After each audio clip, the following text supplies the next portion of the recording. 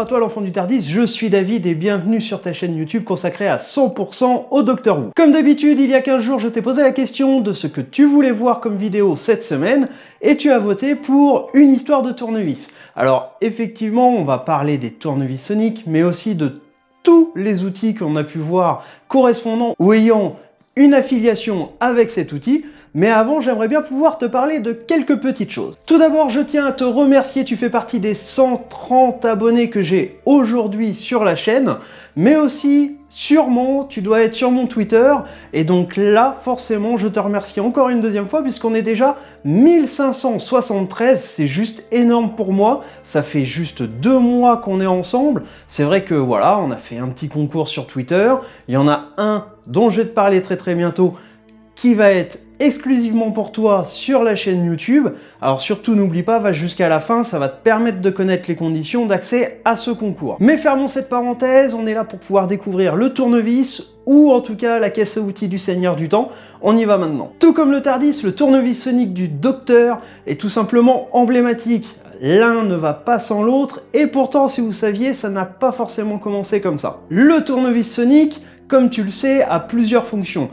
Au tout début, il servait tout simplement à ouvrir certains loquets, ouvrir certaines portes, permettre dans certaines situations de pouvoir analyser des gaz, mais c'est vrai que l'utilisation n'était pas énorme à ce niveau-là. Tout comme le Tardis, le tournevis sonique du Docteur est tout simplement emblématique. Souvent, on ne voit pas forcément l'un sans l'autre. C'est vrai que si on pose la question à quelqu'un, qu'est-ce que le Docteur peut représenter en dehors du Docteur lui-même? On nous dit le Tardis, le tournevis sonique et bien sûr ses compagnons. Alors comme tu sais, le tournevis sonique est utilisé par le Docteur dans notre série favorite Doctor Who. Alors sa fonction première à l'origine était d'ouvrir des portes ou en tout cas des verrous mécaniques ou électroniques pour permettre au Docteur de fuir, mais pas seulement. À l'origine, le tournevis sonique lui servait à pouvoir analyser des gaz, des résidus ou des empreintes qu'il trouvait sur son chemin. Accessoirement, il s'en servait aussi un tout petit peu comme une arme. D'ailleurs, ça n'a pas forcément changé, ou en tout cas, il a certains réflexes qui lui permettent de dire qu'il s'en servait pas forcément que pour faire des analyses scientifiques. Contrairement à ce que l'on pourrait croire, le tournevis sonique n'est pas arrivé au tout début de l'histoire du Doctor Who. Bien évidemment, au tout début, le Docteur était avec son Tardis, mais c'est qu'à partir de la 5e saison que le Docteur a pu se servir de son tournevis sonique avec l'acteur Patrick Troughton. Il fut le Docteur de 1966 à 1969. À partir de ce moment-là, le Docteur a commencé à l'utiliser dans diverses tâches. Son utilisation première était la détection de radiation, à faire exploser des mines à distance, ou comme lance sonique miniature. Cependant, dans la série Doctor Who classique, le Docteur n'est pas le seul à en posséder un. Ainsi, le personnage Romana, qui est elle-même un seigneur du temps, en possède un, et d'ailleurs le Docteur, un tout petit peu jaloux du design qu'elle a pu offrir à son tournevis sonique, a essayé de lui piquer, mais il n'a pas forcément réussi. Mais le tournevis sonique faisait débat et fut retiré de la série en 1982 par le producteur. Le producteur de la série Doctor Who trouvait que le tournevis sonique était vraiment utilisé à tort et à travers, et les scénaristes utilisaient le tournevis sonique pour tirer le Docteur de tous les mauvais pas dans lesquels il le mettait.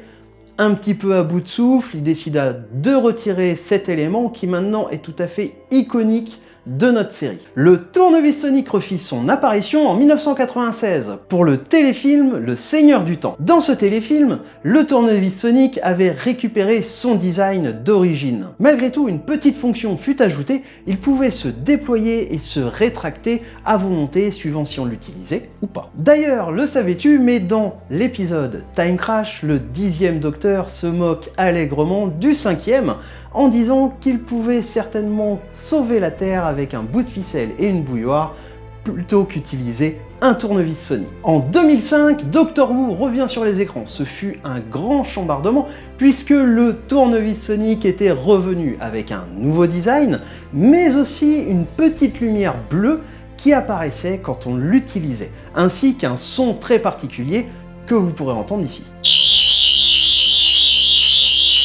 Il semble faire partie d'un ensemble qui constitue la console centrale du Tardis. D'ailleurs, avais-tu remarqué que le tournevis sonique pouvait se déployer à volonté de haut en bas, un petit peu comme la colonne centrale de cette console. Bizarrement, en 2005, la raison de la suppression du tournevis Sonic n'avait plus d'être, et tout simplement le tournevis revint. Mais le tournevis Sonic refit apparition avec de nouvelles fonctions, et c'était pas pour nous déplaire. Quelques-unes de ces fonctions sont entre autres la réparation d'un manipulateur de vortex, désactiver une arme, détecter ou recevoir des signaux, intercepter des téléportations, désactiver à distance des fonctions du TARDIS, amplifier le son et même assourdir grâce à celui-ci certains ennemis, mais aussi de lampes poche pour le docteur et ses compagnons lorsqu'ils se retrouvent dans l'obscurité. Bizarrement, la fonction de tuer un ennemi a disparu. On comprend, un docteur n'est pas là pour pouvoir faire du mal, à la limite se défendre, mais pas attaquer. D'ailleurs, comme je te le disais, certains réflexes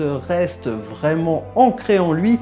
Le docteur, bien souvent, brandit son tournevis Sonic tel une arme, prêt à faire feu, ou en tout cas à attaquer un ennemi avec. Bien évidemment, cela n'arrive jamais, puisque le docteur reste le docteur, et malgré tout, il a envie de rester le plus pacifique possible. Mis à part pour certains ennemis qu'il peut tuer d'une certaine façon lorsqu'il s'agit de robots ou d'androïdes. Autre différence, bien souvent dans certains épisodes, le docteur se retrouve coincé derrière une simple porte en bois. Alors vous me direz, oui, alors c'est bizarre parce que dans l'heure du docteur, le docteur qui est donc rassemblé avec 10, 11 et War Doctor, peuvent ouvrir une porte en bois, ou en tout cas ils peuvent enclencher le système.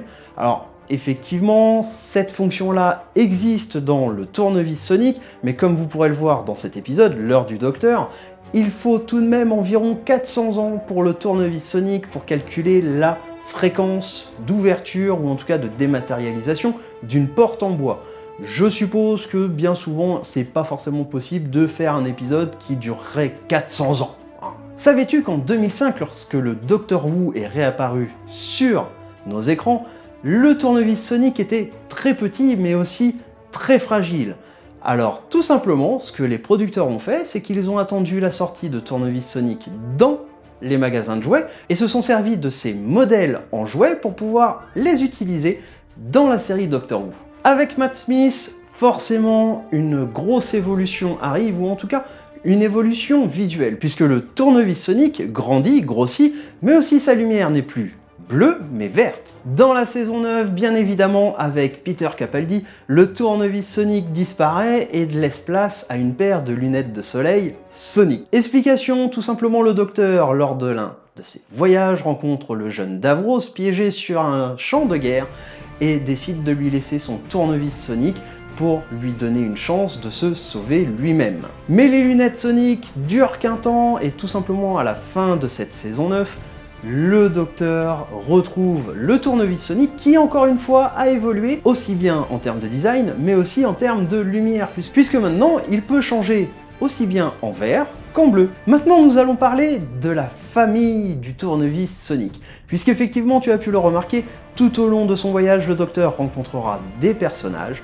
et ces personnages auront, ou sinon recevront, des cadeaux du docteur, et c'est vrai que nous pouvons nous en réjouir. Tout d'abord, dans le livre Alien Buddies, le seigneur du temps Homunculette possède une clé à molette Sonic. Dans l'épisode Attack of the Cybermen, le 6e docteur utilise une mini-lance Sonic. En 2005, Jack Harkness utilisera un blaster Sonic. Et par la suite, dans Torchwood, il utilisera un objet qui ressemble un petit peu à un tournevis Sonic. Dans les aventures de Sarah Jane Smith reçoit un rouge à lèvres Sonic, lui-même donné de la part du docteur et qui a les mêmes fonctions que le tournevis. Dans l'épisode Que tapent les tambours, le maître utilise un tournevis laser. Alors ce tournevis laser a une fonction donc isomorphique, c'est-à-dire qu'il n'y a que lui qui peut l'utiliser, et en plus il a la fonction de faire vieillir sa cible ou de les tuer. Dans l'épisode Allons tuer Hitler, le docteur utilise une canne Sonic. Celle-ci lui permet tout simplement de pouvoir scanner le T-Selecta. Dans l'épisode La fille qui attendait, Amy est coincée dans une sorte de centre de repos pour malades et elle réussit à se construire une sonde Sonic. Et dans l'épisode Les maris de River Song utilise une truelle Sonic. Alors pour moi, le problème du tournevis Sonic, c'est que tout simplement son fonctionnement n'est pas vraiment clair.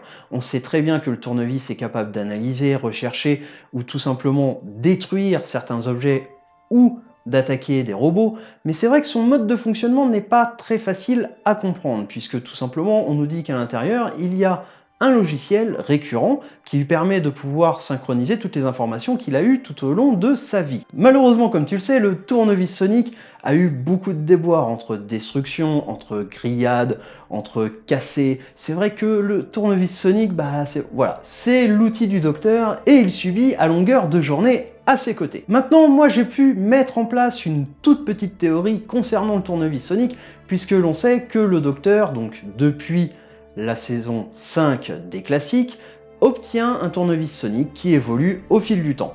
Bien entendu, on pourrait penser que à chaque fois que le tournevis Sonic est cassé ou quoi que ce soit, le docteur récupère les pièces, en reconstruit un, grâce aux éléments récupérés sur le premier. Pour ma part, je pense plutôt qu'il s'agit d'un ordinateur, mais utilisant un cloud. Alors je vous explique un tout petit peu, si vous connaissez la technologie du PC Shadow, on en parle de plus en plus, bien entendu, c'est un PC qui sert en fait d'un cloud à distance sur un serveur pour pouvoir faire fonctionner aussi bien, on va dire, un système d'exploitation ou des jeux ou internet, enfin bref, grâce à cette, on va dire, box Shadow, on peut utiliser des informations qui se trouvent sur un serveur lointain.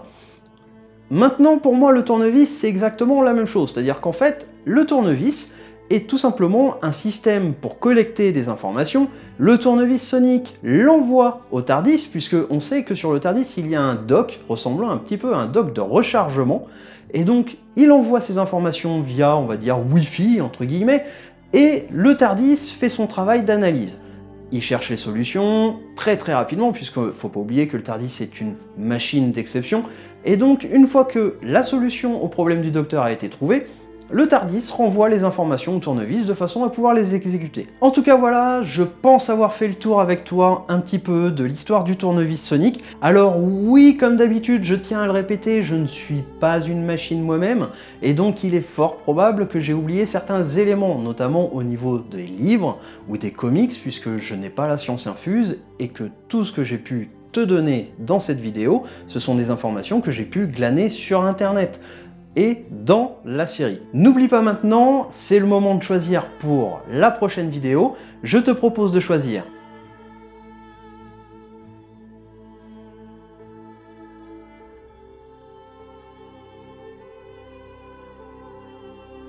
alors sache une chose, c'est que si tu choisis la FAQ, c'est un petit peu le passage obligé que beaucoup de youtubeurs font avec plaisir de façon à pouvoir se rapprocher de sa communauté. Alors, c'est pas bien compliqué, il va tout simplement falloir que tu me mettes ta question dans les commentaires en dessous. Je ne suis pas médium, je n'ai pas encore certaines capacités télépathiques ou autres, et donc c'est vrai que c'est quand même bien plus facile pour pouvoir les noter et pouvoir y répondre. Alors, je prendrai un certain nombre, je suis pas non plus quelqu'un qui va faire une vidéo de 2 heures pour pouvoir parler de soi, mais c'est vrai que je vais prendre les plus pertinentes et j'y répondrai, ou en tout cas les plus drôles, histoire que vous puissiez aussi me connaître. Et voilà. Maintenant, avant de nous quitter, tout simplement, je vais t'expliquer le concours. Il est assez simple, il est destiné pour toi sur YouTube, parce que c'est vrai que j'ai privilégié un petit peu du monde sur Twitter auparavant. Maintenant, je veux te consacrer quelque chose à toi grâce à YouTube. Tu es là, je tiens à te remercier de cette façon-là. Donc, c'est pas compliqué, je vais te permettre de gagner un autographe de Sylvester McCoy. Si tu n'es pas encore abonné, abonne-toi à la chaîne, laisse un like, partage la vidéo de façon à ce que, tout simplement, on se fasse connaître de plus en plus et que la communauté puisse s'agrandir et obtenir certains avantages. Maintenant, c'est vrai qu'un petit commentaire aussi en dessous, ce serait vachement cool. Petite précision surtout, n'oublie pas de mettre ton abonnement en visible pour que je puisse vraiment voir que tu es abonné, puisque si tu ne mets pas ton abonnement en visible, qu'est-ce qui va se passer? Moi je vais pas te voir, je vais considérer que tu n'as pas essayé ou que tu n'as pas rempli la totalité du contrat, et donc à partir de ce moment-là, tu ne feras pas partie du tirage au sort. Ce serait quand même assez bête. Moi je tiens à ce que tout le monde puisse participer, donc maintenant tu as toutes les cartes en main. Je te dis à très bientôt. Allez, ciao!